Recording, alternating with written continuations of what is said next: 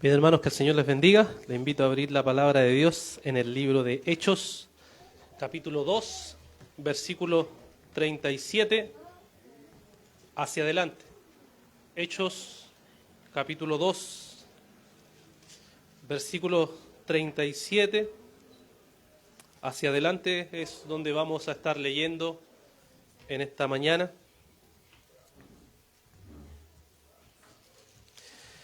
Dice así la palabra de Dios. Al oír esto, conmovidos profundamente, dijeron a Pedro y a los demás apóstoles: Hermanos, ¿qué haremos? Entonces Pedro les dijo: Arrepiéntanse y sean bautizados cada uno de ustedes en el nombre de Jesucristo para perdón de sus pecados, y recibirán el don del Espíritu Santo. Porque la promesa es para ustedes y para sus hijos y para todos los que están lejos, para todos como el Señor nuestro Dios llame. Y Pedro, con muchas otras palabras, testificaba solemnemente y les exhortaba diciendo: sean salvos de esta perversa generación. Entonces los que habían recibido su palabra fueron bautizados y se añadieron aquel día como 3,000 almas. Y se dedicaban continuamente a las enseñanzas de los apóstoles, a la comunión, al partimiento del pan y a la oración. Sobrevino temor a toda persona y muchos prodigios y señales se hacían por los apóstoles.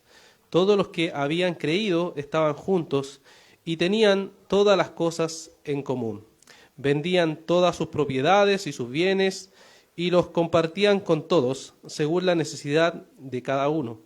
Día tras día continuaban unánimes en el templo y partiendo el pan en los hogares, comían juntos con alegría y sencillez de corazón, alabando a Dios y hallando favor con todo el pueblo. Y el Señor añadía cada día el número de ellos, los que iban siendo salvos. Que el Señor bendiga su santa palabra. El 8 de julio de 1741 era un día normal en una colonia británica, o sea, Inglaterra. Una iglesia se juntaba, así como nosotros nos estamos juntando hoy, comúnmente, e iba a tener un servicio de adoración. La iglesia a la cual se iba a dar este servicio de adoración era lamentablemente conocida por ser una iglesia fría, una iglesia indiferente, una iglesia que ningún mensaje que le dieran le impactaba mucho, pero ese día había algo diferente, porque el predicador que iba a ver ese día no había podido venir a predicar, pero habían invitado a otro predicador. Este era un predicador congregacionalista, o sea, que creía que la iglesia tenía la autoridad para determinar ciertas cosas, y iba a ser un predicador que iba a ser usado por Dios muy poderosamente.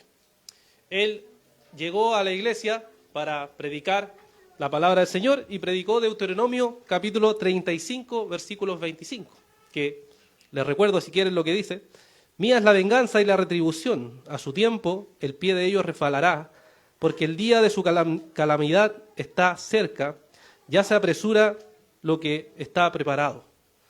Un texto que eligió bien fuerte, ¿no? Y el nombre del sermón era Pecadores en manos de un Dios airado. El predicador era Jonathan Edwards, un famoso predicador que ahora para nosotros es famoso, para su tiempo no fue famoso, que predicó un mensaje muy, muy potente. Entre las cosas que él iba a predicar en ese día, decía algunas cosas como la siguiente, aquí le cito un fragmento del sermón de él, dice: toda tu justicia y rectitud no tiene ninguna influencia para sostenerte e impedir que caigas al infierno. Tal como una tela de araña no puede detener una roca al caer. Dios te mantiene sobre el abismo del infierno, muy parecido como uno sujeta a un insecto repugnante sobre el fuego. Es solo por eso y ninguna otra cosa que no te fuiste al infierno anoche, que pudiste despertar una vez más en este mundo después de haber cerrado tus ojos para dormir. Y no hay ninguna otra razón sino la mano de Dios, por la cual no has caído en el infierno desde que te levantaste esta mañana. Como verán, ese era el tono de sermón el cual se daba en esa mañana. La reacción y la respuesta de las personas se cuenta que fue gritos de alaridos.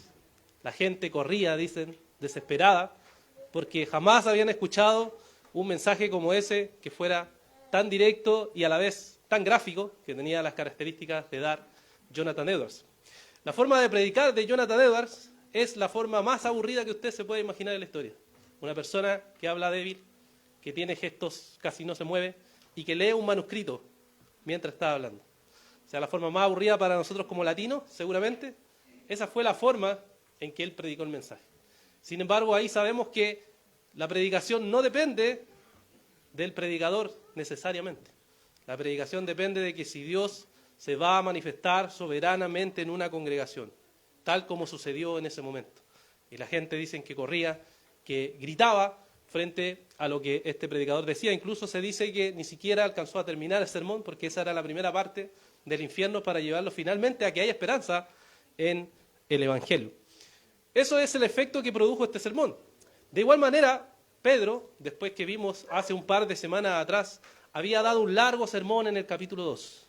Un largo sermón que nos había explicado cómo las profecías se cumplían, cuál era la obra de nuestro Señor Jesucristo, cómo todo el acto o la obra del Señor estaba totalmente profetizada en la palabra del Señor. Y lo que tenemos ahora entonces es la reacción a ese sermón.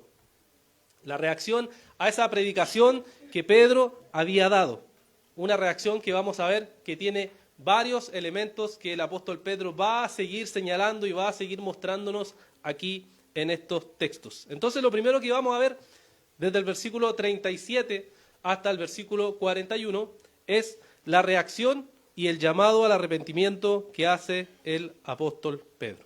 Entonces Lucas nos va a describir, estoy refiriéndome a los versículos 37 hasta el 41, Lucas, el autor de Hechos, nos va a referir 4 cosas que están sucediendo aquí en estos versículos, ¿ya? Lo primero, vemos la reacción de los judíos. Recuerde que las personas que están ahí son judíos, judíos prosélitos, judíos de todas partes del mundo, pero finalmente judíos que son quienes están recepcionando este mensaje. Pedro le había mostrado claramente que se estaban cumpliendo las profecías de Joel, específicamente Joel capítulo 2, y le había mostrado que a través de los salmos, Salmo 16, Salmo 110, la obra de Cristo se estaba cumpliendo perfectamente lo que él había hecho.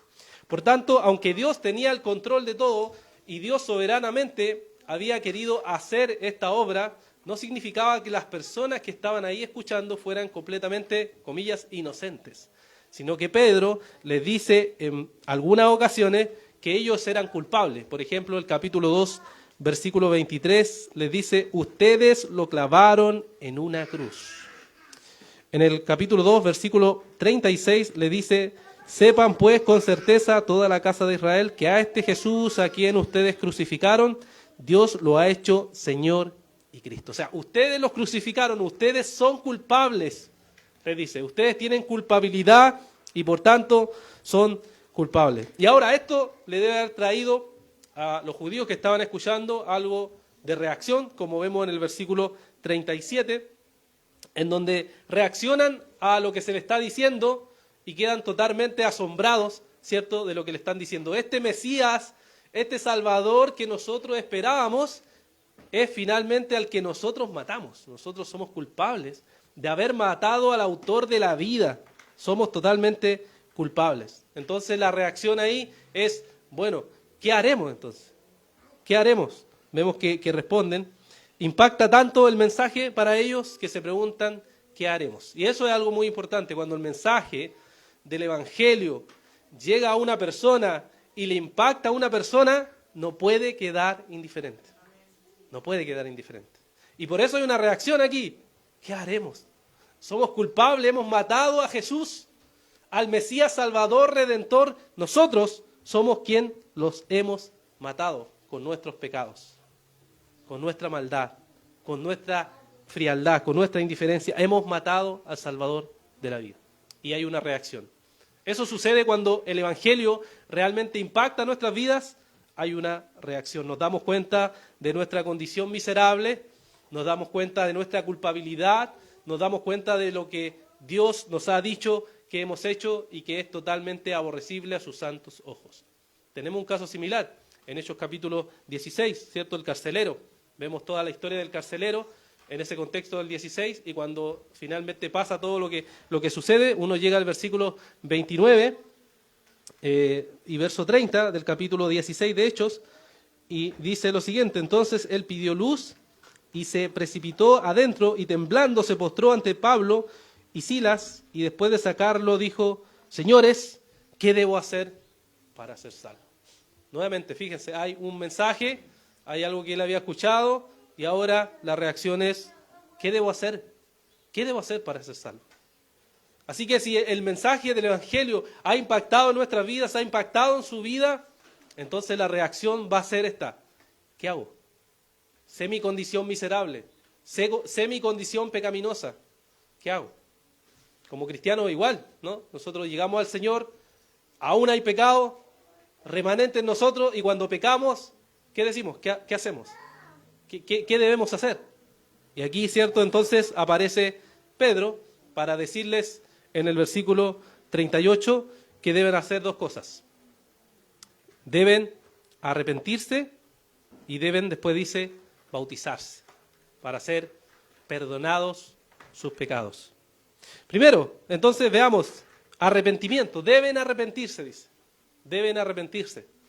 ¿Qué haremos? Arrepentirse. Ahora, el arrepentimiento, hermano, no es un simple remordimiento de conciencia. Es mucho más profundo que eso. Incluso las expresiones de la Biblia nos muestran la profundidad en la cual es o significa el arrepentimiento. Piense, por ejemplo, en Job capítulo 42, versículo 6. La forma que él expresa su arrepentimiento dice, por eso me retracto y me arrepiento en polvo y ceniza, que era lo común de las prácticas de la época, que era tirarse al piso y tirarse ceniza encima. Soy culpable, soy malvado, no he comprendido quién es este Dios del cual me han hablado. O piense en David, Salmo 51, versículos 4 y 5, porque yo reconozco mis transgresiones y mi pecado está siempre delante de ti, contra ti, solo he pecado y he hecho lo malo delante de tus ojos, de manera que tú eres justo cuando hablas y sin reproche cuando juzgas. Soy culpable y merezco la condenación, merezco el pago. Por eso Pablo también dice que el arrepentimiento verdadero, en 2 Corintios 7:10, dice que produce una tristeza, no como la tristeza del mundo, sino una tristeza de haber ofendido a Dios y de lo que yo quiero es agradar a Dios. Por tanto, el verdadero arrepentimiento incluye la culpa, la tristeza del pecado, el odio hacia el pecado y la renuncia del pecado. Así que una persona que se ha arrepentido de corazón experimenta todas estas cosas. Y en el mundo evangélico generalmente lo que hacemos es enfatizar solamente el área emocional. La persona está llorando, la persona está ahí sufriendo, está tirada en el piso, entonces, se arrepintió de corazón. Sin embargo, hermanos, esa es una forma limitada de verlo. ¿Por qué? Porque el arrepentimiento incluye muchas otras cosas. Una verdadera persona arrepentida, por supuesto, puede incluir llorar, puede incluir sufrir por su pecado, pero es mucho más que eso. Una persona arrepentida de verdad es cambiado a través de su corazón, de su mente, de sus motivaciones. Es que su mente antes pensaba cosas que eran correctas y ahora se da cuenta de que en verdad no eran nada correctas. Las cosas que yo pensaba que estaban bien y que todo el mundo aceptaba, que todos practicaban, me doy cuenta y digo, no, eso está mal. No es verdaderamente, es un verdadero arrepentimiento. Es que mi mente está siendo transformada. También mis actos son transformados. Yo ya no puedo seguir viviendo en el pecado como si nada, sino que ahora renuncio al pecado. Me alejo del pecado y quiero vivir agradando al Señor. Y también las motivaciones. ¿Qué es lo que me motivaba para vivir? ¿Qué es lo que me motiva para vivir? ¿Qué es lo que me motiva para venir a la iglesia? ¿Qué es lo que me motiva para estar aquí? Debería ser Cristo. Debería ser Él, su gloria, su voluntad, su evangelio. Eso es lo que quiero hacer. Hermano, ¿has pasado realmente esto en tu vida? ¿Eres alguien que ha sido transformado en tus pensamientos, en tus emociones, en tus acciones? ¿Realmente has experimentado el verdadero arrepentimiento? Eso, hermano, es lo que le llamamos nacer de nuevo. Cuando experimentamos ese verdadero arrepentimiento. Y en la Biblia podemos ver incluso ejemplos de lo que sería un verdadero arrepentimiento. Piense en la historia de la mujer pecadora que se le llama en Lucas. Lucas capítulo 7, versículos 36. Quiero leerle ese fragmento, ya que acuérdense que Hechos y Lucas están conectados, el mismo autor. Lucas capítulo 7, versículo 36 nos relata esta historia. Voy a leer solo un fragmento donde Jesús cuenta y dice lo siguiente. Uno de los fariseos pidió a Jesús que comiera con él, y entrando en la casa del fariseo se sentó en la mesa. Había en la ciudad una mujer que era pecadora, y cuando se enteró de que Jesús estaba sentado en la mesa en casa del fariseo, trajo un frasco de alabastro con perfume, y poniéndose detrás de él a sus pies, llorando, comenzó a regar sus pies con lágrimas, y los secaba con los cabellos de su cabeza. Besaba sus pies y los ungía con el perfume. Ahí tenemos sin duda lágrimas, ¿no? Lágrimas, pero no solo hay lágrimas, hay actos de arrepentimiento. Esta mujer pecadora, que algunos creen que seguramente era una prostituta, se discute si es así o no, pero el punto es que esta mujer estaba arrepentida. Y lo que trae es un frasco de perfume, que en el mundo antiguo el perfume era algo muy, muy, muy caro, extra caro, que solamente gente de dinero podía traer. Y al derramarlo delante de Jesús y al limpiar con sus lágrimas, ¿cierto? Y besar los pies de Jesús, está renunciando totalmente a la miseria del pecado y está entregando seguramente todo el dinero que tiene en ofrendar a Jesús y en adorar a Jesús en una entrega total. Se está arrepintiendo no solo de lágrimas, hermanos, sino que está haciéndolo por medio de actos evidentes, que para esa cultura eran evidentes, de una renuncia al pecado. Estaba siendo transformada. Su corazón había sido transformado. Pero también hay casos, hermanos, donde no hay lágrimas. Hay arrepentimiento donde no hay lágrimas. Por ejemplo, Zaqueo. Lucas capítulo 19, versículo 5, nos relata Jesús también esta historia. Nuevamente, solo un fragmento estamos viendo, para que vean cómo se ve el arrepentimiento. Lucas 19, versículo 5, dice lo siguiente: cuando Jesús llegó al lugar, miró hacia arriba y le dijo: Zaqueo, date prisa y desciende, porque hoy debo quedarme en tu casa. Entonces él se apresuró a descender y lo recibió con gozo. Al ver esto, todos murmuraban: ha ido a hospedarse con un hombre pecador. Pero Zaqueo, puesto en pie, dijo a Jesús: Señor, la mitad de mis bienes daré a los pobres, y si en algo he defraudado a alguien, se lo restituiré cuadriplicado. ¿Qué dijo Jesús? Hoy ha venido la salvación a esta casa, ya que él también es hijo de Abraham, porque el Hijo del Hombre ha venido a buscar y a salvar lo que se había perdido. Tenemos Zaqueo, aquí no hay ninguna lágrima, pero hay un arrepentimiento real. ¿Por qué? Porque hay un acto real. Porque hay un acto de arrepentimiento que se ve evidenciado a través de las obras que él hace. Las obras hablan y dicen si verdaderamente también no hemos arrepentido. Y Zaqueo se dio cuenta de su pecado, que era un ladrón, que había robado a muchas personas, y ahora verdaderamente se arrepentía de su pecado y de su maldad. Hermanos, estos dos ejemplos nos muestran qué es el verdadero arrepentimiento. Es haber sido transformado en tus emociones, en tu voluntad, en tus actos y en tus intenciones. Eso es verdadero arrepentimiento. Es algo que solamente el Señor puede hacer en ti. Incluso puede un cristiano estar en un estado en donde su corazón no está en un verdadero arrepentimiento. Y por eso tenemos la oportunidad en el culto de arrepentirnos, hermanos, de que tú renuncies a tu maldad, a tu pecado, a tu indiferencia, que tú renuncies a la maldad que hay en tu corazón y vengas al Señor y reconozcas que has fallado y que necesitas nuevamente encontrarte con tu Señor, restaurar tu vida delante de Dios. Entonces Pedro le dice que deben arrepentirse, pero también le dice que deben bautizarse. Deben bautizarse. Desde el principio en la iglesia el bautismo ha sido muy importante. Tenemos la Gran Comisión que dice que tenemos que predicar por todo el mundo, ¿cierto? Bautizando en el nombre del Padre, del Hijo y del Espíritu Santo. Así que la salvación, ¿cierto?, manifiesta o evidencia a una persona que quiere bautizarse. Ahora, no hay que malentender esto y pensar que el bautismo salva, ya que en la misma Biblia tenemos ejemplos de gente que sin bautismo se salva. Por ejemplo, el ladrón de la cruz, ¿cierto? Se salva sin haberse bautizado. Pero también, hermanos, tenemos gente que se ha bautizado y que no necesariamente salva. ¿Quién? Tenemos en Hechos capítulo 8, versículos 13, hablándonos de Simón. Y nos dice lo siguiente, Hechos 8:13. Y aún Simón mismo creyó, y después de bautizarse, continuó con Felipe. Y estaba atónito al ver las señales y los grandes milagros que se hacían.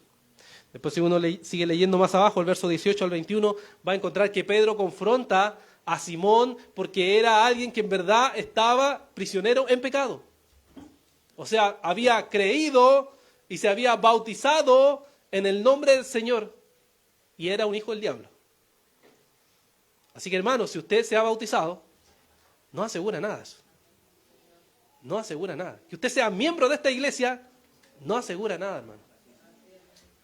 Es si verdaderamente usted se ha arrepentido de su maldad y de su pecado delante de Dios. Si realmente su corazón ha sido transformado por medio de la gracia de Dios. Eso es seguro. Estar en Cristo es seguro. Nada más. Lo demás son puros actos externos que pueden aparentar ciertas cosas, pero que no necesariamente tienen que ver con un verdadero nacimiento de nuevo. Y es por eso que el bautismo se representa como unirse a Cristo en su obra. En Romanos capítulo 6, lo que hace Pablo es demostrarnos que el bautismo representa el estar unido a Cristo. ¿Unido cómo? Unido en su muerte cuando nos hundimos y unidos a su resurrección cuando nos levantamos. Ahí estamos unidos. Nos hemos unido a la obra perfecta de nuestro Señor Jesucristo. Por eso Pedro le dice, lo que ustedes deben hacer, lo que están escuchando, lo que ustedes deben hacer es arrepentirse y deben bautizarse. Y entonces están perdonados de su maldad y de sus pecados. Y el verso 39, Pedro continúa respondiendo a los judíos y le dice que la promesa del Padre es para ellos y para muchos más. Aquí tenemos nuestros queridos hermanos que creen en el bautismo de infantes, que argumentan, ¿cierto?, a partir de este versículo, señalando ahí donde dice, porque la promesa es para ustedes y para sus hijos. Ah, ahí está. No solo tienen que bautizarse ustedes, sino que también sus hijos. Sin embargo, olvidan nuestros queridos hermanos que el pasaje sigue y dice, para todos los que están lejos, para todos tantos como el Señor, nuestro Dios, llame. O sea, está diciendo, la promesa de Dios es para todo aquel que crea. La promesa de Dios es para todo aquel que se arrepienta y que, por supuesto, el Señor en su eternidad haya llamado y haya predestinado para ser parte de la iglesia de Dios.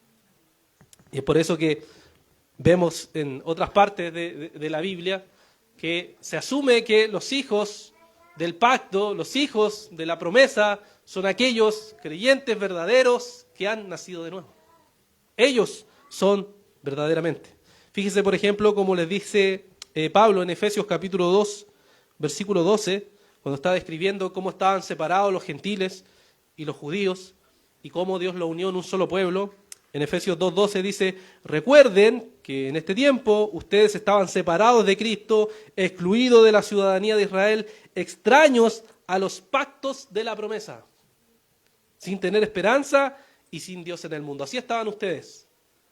Pero ustedes ahora son parte del pacto, del nuevo pacto. ¿Por qué? Por lo que hizo Cristo.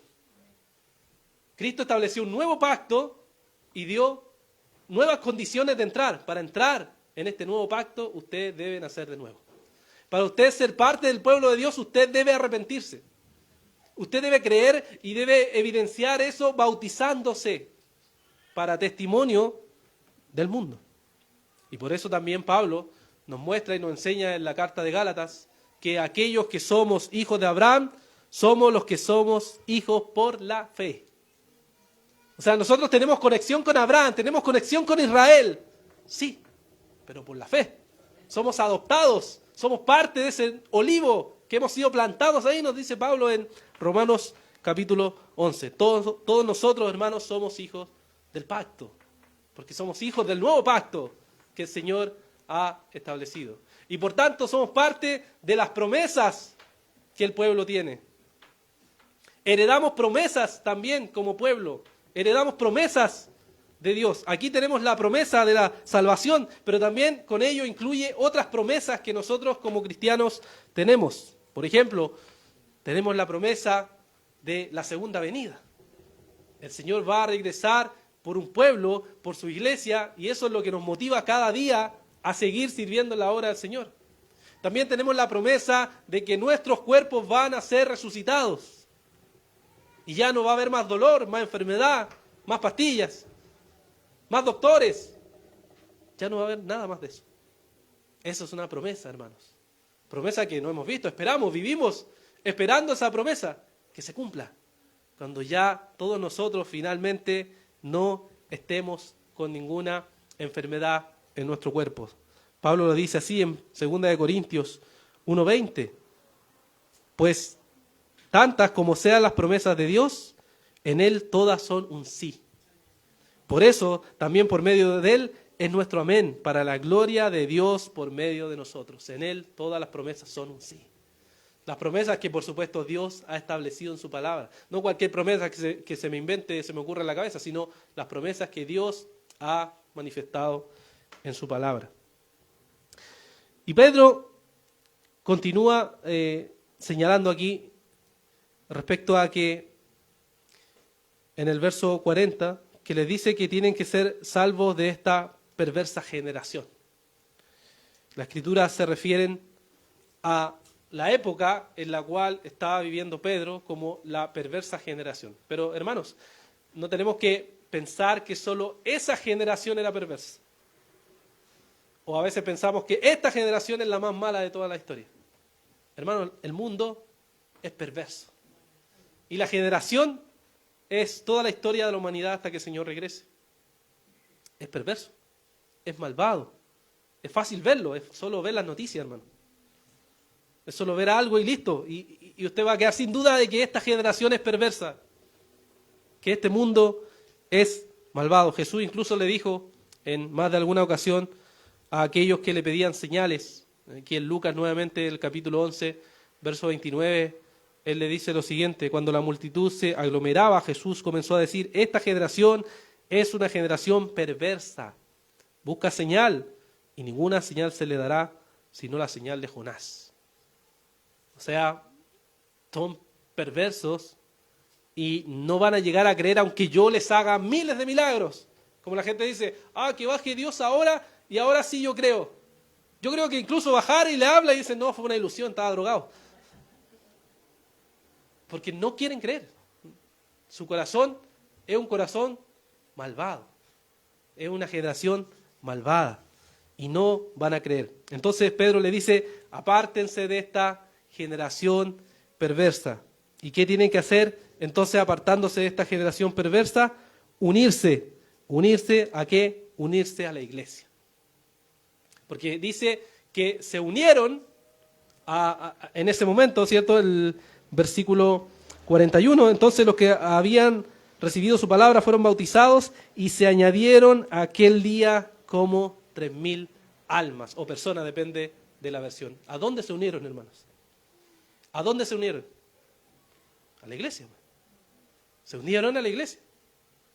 Empezaron a ser parte del grupo de creyentes que ahora estaban juntos y que perseveraban, como vamos a ver más adelante, perseveraban en lo que los apóstoles les decían, en la doctrina correcta de la palabra del Señor.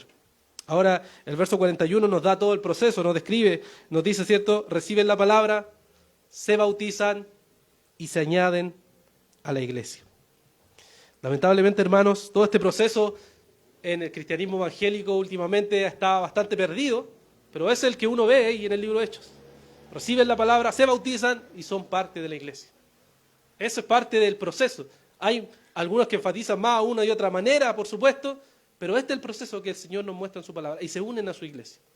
Y en el mundo cristiano evangélico, lamentablemente, tenemos muy de moda o muy de onda la idea de pensar que uno puede ser cristiano y no necesariamente tiene que ser miembro de una iglesia. Que uno puede creer en Jesús y no importa si se une a la iglesia. Eso no está en la Biblia, hermanos. No está en la Biblia. Uno cree, se bautiza y es parte de una iglesia local. Y ahí está sirviendo al Señor. ¿Por qué? Es simple, hermano, incluso tan práctico. ¿Quiénes son tus pastores? ¿Quiénes son tus pastores? La Escritura nos llama, Hebreos capítulo 13, versículo 17, nos dice, obedezcan a sus pastores y sujétense a ellos. Simple, no tiene iglesia. ¿A quién obedece y a quién se sujeta? No sé a quién. No, yo solo sigo a Dios, yo obedezco solo a Dios. Bueno, Dios en su palabra dice eso. Eso dice Dios. Entonces, si obedece a Dios, eso hay que hacer. No es simplemente andar volando por cualquier iglesia o de iglesia en iglesia, sino que habla de sujetarse a una autoridad. O tan práctico, si vamos a llevar a cabo la disciplina según la palabra del Señor, la palabra nos dice en Mateo capítulo 18, versículo 15, que si tu hermano peca, ve y repréndelo a solas, ¿no? Si te escucha, has ganado a tu hermano. Si no te escucha, lleva contigo 2 o más, para que toda palabra sea confirmada por boca de 2 o 3 testigos, y si rehúsa escucharlos, dilo a la iglesia. Imagínense una persona sin iglesia. Reprendo al hermano. ¿Dónde busco 2 o 3 testigos? Tendré que ir a alguna iglesia, pedir prestado, oye, préstame 2 o 3 testigos porque tengo un caso aquí que tengo que ver. Ya, y después de eso, dice, ya no escuchan a estos 2 o 3 testigos, se los digo a iglesia. ¿Qué iglesia? ¿Qué iglesia? ¿A qué pastor voy a decirle, oye, ¿sabéis que tengo un caso de disciplina? Y si no me escucha, tengo que tratarlo como no cristiano, tengo que expulsarlo. ¿Expulsarlo de dónde? Si yo no formo parte de una iglesia. ¿Se dan cuenta lo absurdo que produce esa idea? Y estos son solo 2 ejemplos, hermanos. Si usted quiere tener comunión, si usted quiere, por ejemplo, tener comunión, compartir, profundizar en la vida de los hermanos, exhortarse, como dice la Escritura, crecer en mansedumbre, todo eso supone en la Biblia comunión. Supone ser parte de una iglesia. ¿A quién le va a rendir cuenta? ¿A quién le va a confesar el pecado? ¿A quién le va a pedir consejo? ¿Quién le va a ayudar cuando pasen dificultades, cuando pasen necesidades? ¿Quién va a estar ahí? Nadie. O cualquier persona, no sé. Porque no serían parte de una iglesia. Hermanos, ser parte de una iglesia local es lo que la Escritura nos muestra. Uno debe ser parte de esa iglesia. Y ese ídolo que hay del individualismo evangélico, en donde yo y Dios estoy bien y no pasa nada, en verdad no es algo que esté en la palabra del Señor. Hay que rendir cuenta, hay que vivir en comunión, hay que ser parte de una iglesia local. Esto en el primer siglo, unirse a la iglesia local era algo revolucionario porque te perseguían, no era fácil ser parte de la iglesia local. Y hoy en día ser parte de una iglesia local se ha convertido incluso en algo contracultural entre el mismo mundo cristiano evangélico, porque mucha gente vive sin iglesia y parece no importarle, pero vemos que en la palabra del Señor se nos enseña a vivir y ser parte de una iglesia local. Lo que nos encontramos después es que, después que Pedro da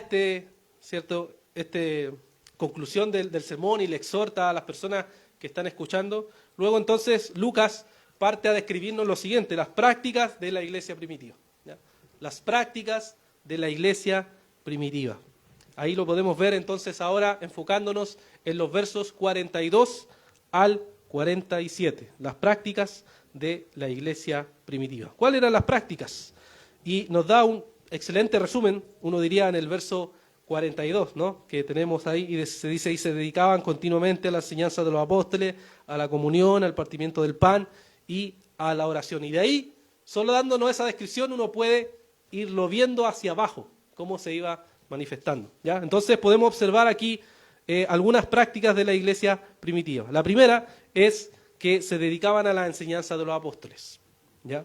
La enseñanza de los apóstoles en el primer siglo no solo era una enseñanza escrita de cartas, sino que también era una enseñanza oral. O sea que ellos hablaban de lo que Jesús les había enseñado y por tanto le transmitían a cada uno esas enseñanzas. Ahora, eso significa que también los cristianos que estaban ahí podían escuchar, ver su actitud y también juzgar las enseñanzas que incluso los apóstoles decían. Recuerdan los de Berea, me imagino, que ellos dicen en Hechos 17:11, que ellos estaban examinando constantemente las cosas que se les estaban enseñando. Entonces los cristianos lo que hacían era perseverar en esa sana doctrina.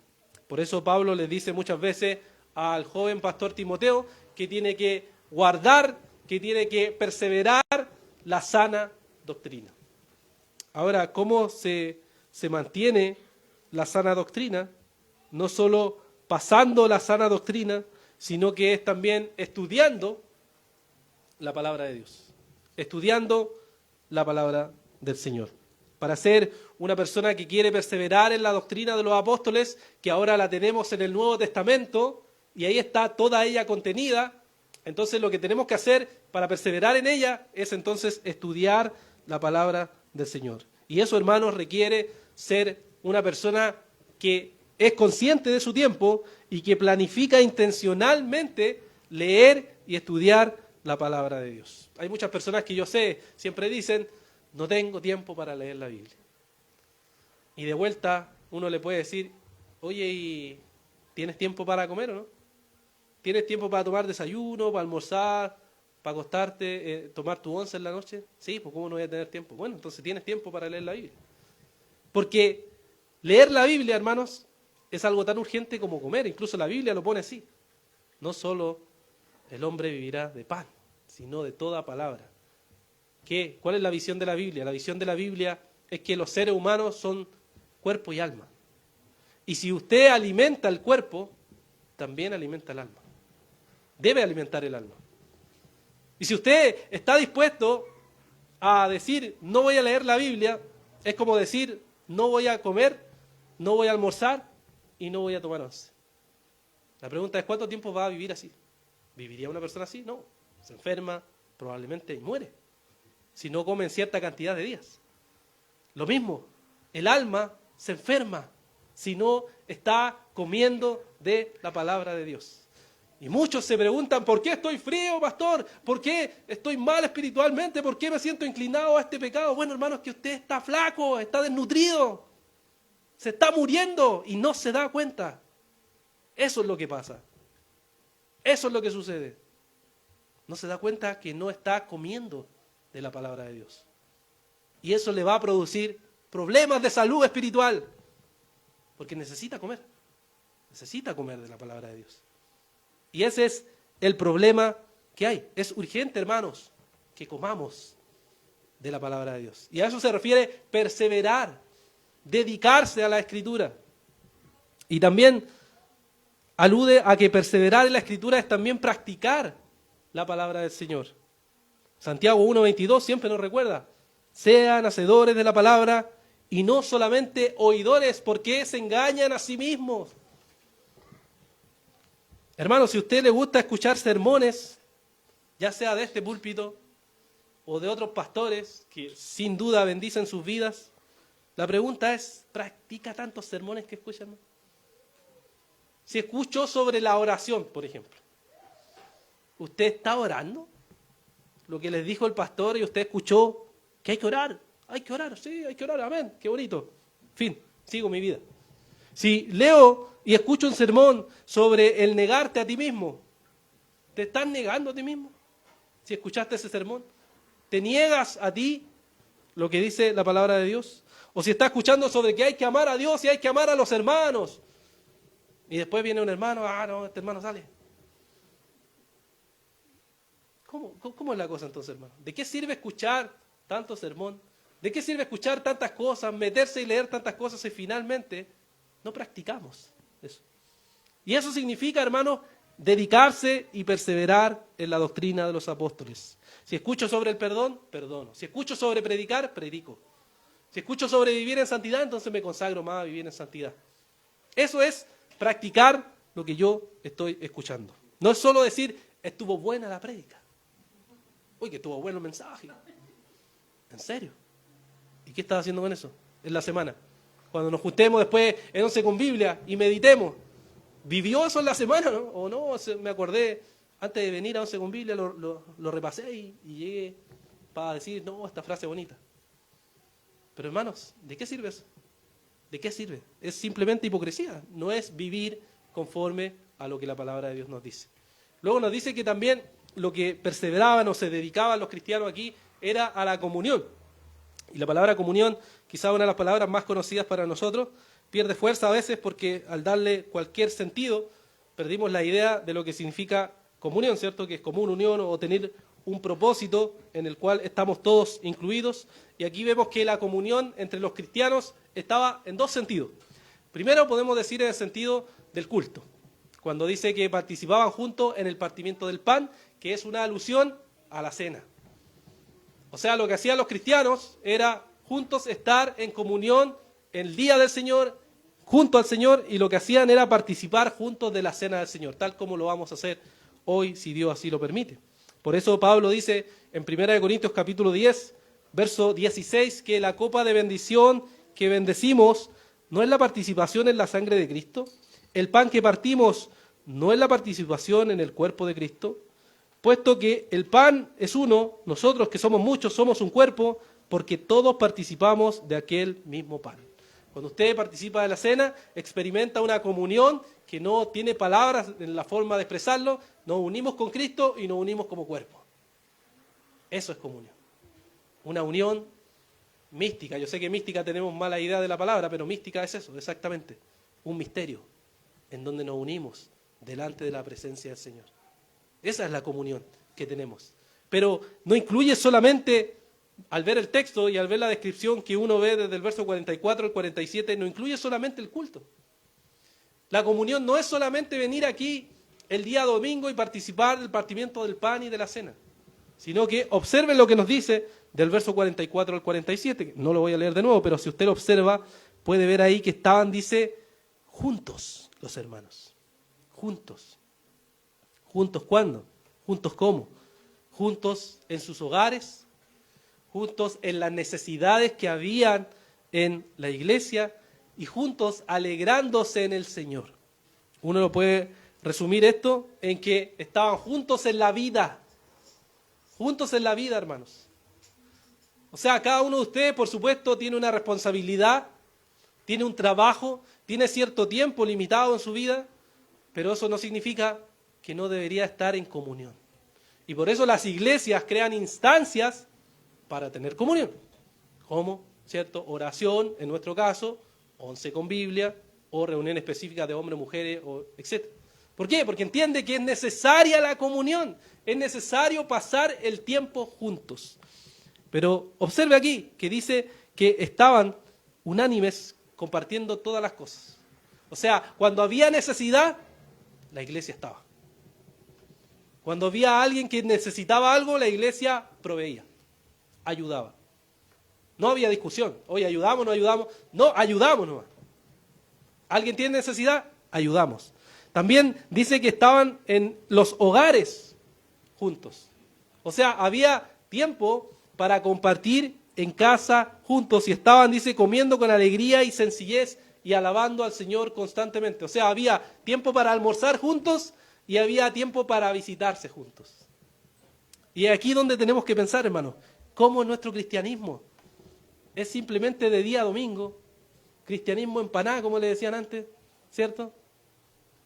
Solo de venir al culto y eso es todo. Y ahí se acabó la fe cristiana. Y después decimos, oye, el mundo, qué indiferente con nosotros.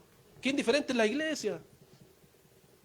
Cuando Jesús dijo que cuando vean a mis discípulos, van a ver cómo se aman ellos. ¿Y qué es amor, hermano? ¿Es algo abstracto, algo que yo pienso en mi mente simplemente? No, es práctico. Es práctico, hermanos. ¿Qué es práctico? Algo que se ve, que se puede ver, que se puede evidentemente salir y la gente puede ver que hay una relación entre nosotros. Hermanos, entonces, ¿podríamos decir que tenemos una verdadera comunión como iglesia? ¿Podríamos decir que tú tienes una comunión de tal manera con tus hermanos que conoces las necesidades de tus hermanos? O al revés, ¿podrías decir que tienes una comunión tan profunda con los hermanos que ellos conocen tu necesidad? ¿Podríamos decir que tú tienes una comunión tan profunda con tus hermanos que forman parte común de ir a tu casa? ¿O de tú abrir tu casa para compartir con ellos y relacionarse? ¿Es así tu vida cristiana? ¿O simplemente, bueno, vengo el domingo, terminó el culto, nos vemos hasta el otro domingo? Así por 10 años, 20 años, 30 años hasta que me muero. Y uno ve el libro de los Hechos y no ve eso. Yo no veo eso. Veo relación. Veo vida vibrante delante del Señor. Veo que viven juntos, que están delante del Señor, que almuerzan, que comparten, que están. No estoy diciendo que todos los días, hermano, pero sí tienen una relación. tienen una comunión entre ellos como iglesia. ¿Está verdaderamente esa comunión aquí, nosotros como iglesia?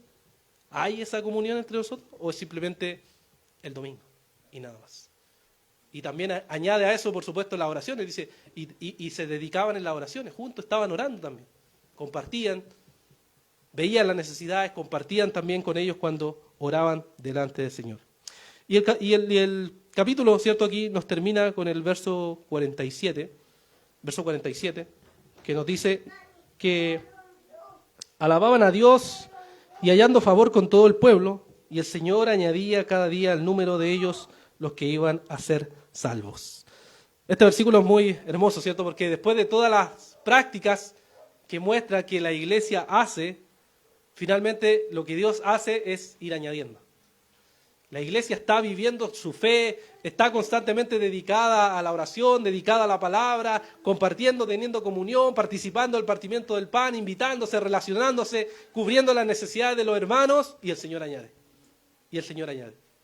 O sea, que venga gente, que la gente se salve, no depende necesariamente de nosotros, sino que es el Señor, que va añadiendo a aquellos que son salvos. Y ahí vemos, hermanos, que todas estas prácticas son buenas. Y nos describe bien el libro de Hechos, pero es finalmente la obra de Cristo. Es lo que Él hizo lo que nos mantiene firmes. Es perseverar en su palabra, es vivir en Cristo, es tener comunión con el Señor. Es finalmente el Evangelio el centro de una iglesia.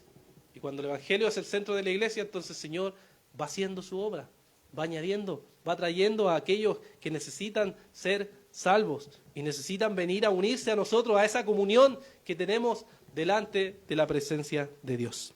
Oremos. Padre, te damos las gracias por este día y esta mañana. Gracias, Señor, por tu palabra, porque tú cada día, Señor, nos vas ayudando a vivir delante de ti. Te queremos pedir, Señor, que seas tú quien cada día, Señor, nos ayuda a vivir como una iglesia que te alaba, que te exalta y que te glorifica, Señor. Somos débiles y necesitamos cada día, Señor, de tu gracia y de tu bondad y tu misericordia. Transfórmanos, Señor. Si alguno de nosotros no está viviendo como tu palabra nos dice, Señor, tráenos un arrepentimiento verdadero. Ayúdanos a vivir delante de ti, Señor, honrándote y glorificándote en todas las cosas, Señor. Te alabamos, te exaltamos y te agradecemos por lo bueno que tú eres. Pedimos, Señor, todas estas cosas en el nombre de Jesús. Amén.